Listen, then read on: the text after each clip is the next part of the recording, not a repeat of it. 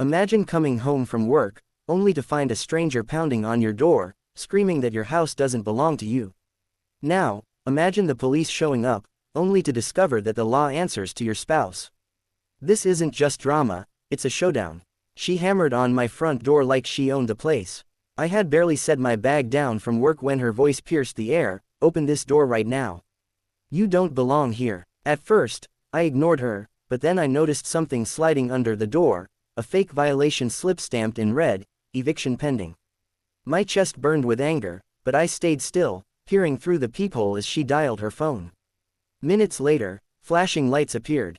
A patrol car stopped right outside. She stormed toward the officer like she had summoned him herself, barking, "Arrest this man.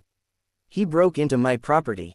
The officer approached, but before I could speak, my wife stepped out. His posture shifted instantly. His jaw tightened, his hand froze on his belt, and with wide eyes he muttered, "Commander." The smirk drained from the intruder's face. She flicked her gaze between him and my wife, suddenly unsure. The color drained from her cheeks as the officer straightened up like a soldier reporting in. My wife didn't shout, she simply crossed her arms and asked, "Officer, why are you standing on my porch?" He looked uncomfortable, almost ashamed, and mumbled, "Ma'am, I was dispatched about a break-in."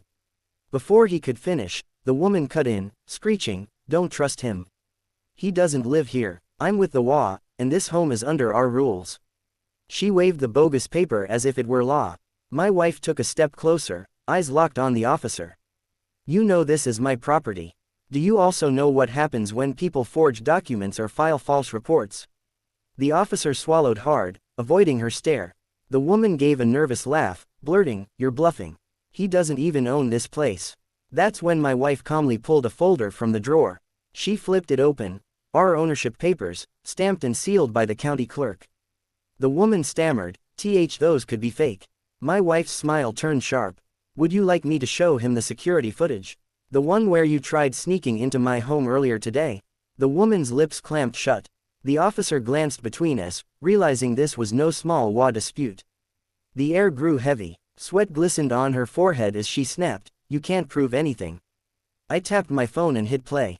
The screen lit up with footage, her tugging on the back door, peeking in windows, slipping on gloves. The officer's eyes widened. "Ma'am, this is attempted burglary." She coughed nervously, laughing it off. "And no, I was checking if it was secure.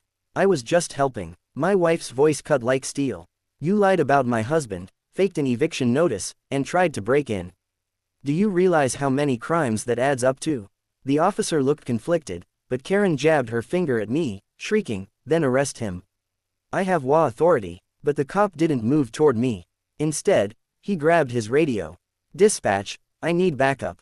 Possible false report and attempted break-in." Her jaw dropped. "Backup? For me?" My wife leaned in close. "You should have thought twice before dragging the law into my house, especially when the law works for me."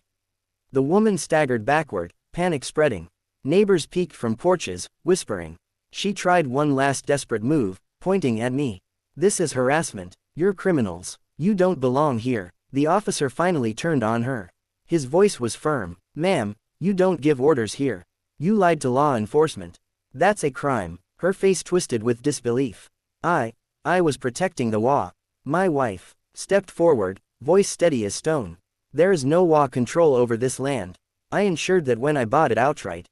"You're trespassing." The woman shook with rage, pulling the fake notice again. "This proves it. You have to leave." I couldn't help but grin as the officer snatched it, scanned it for seconds, and tore it in half. "This isn't official. This is fraud." She gasped as if he had struck her. "Why you can't destroy HOA property?" His voice cut her off sharply. "Fraud, impersonation, false report, want me to start listing charges." She froze, eyes darting between the officer, the neighbors, and my wife, who hadn't even raised her voice once. For the first time, her little power trip crumbled. This is just part 1.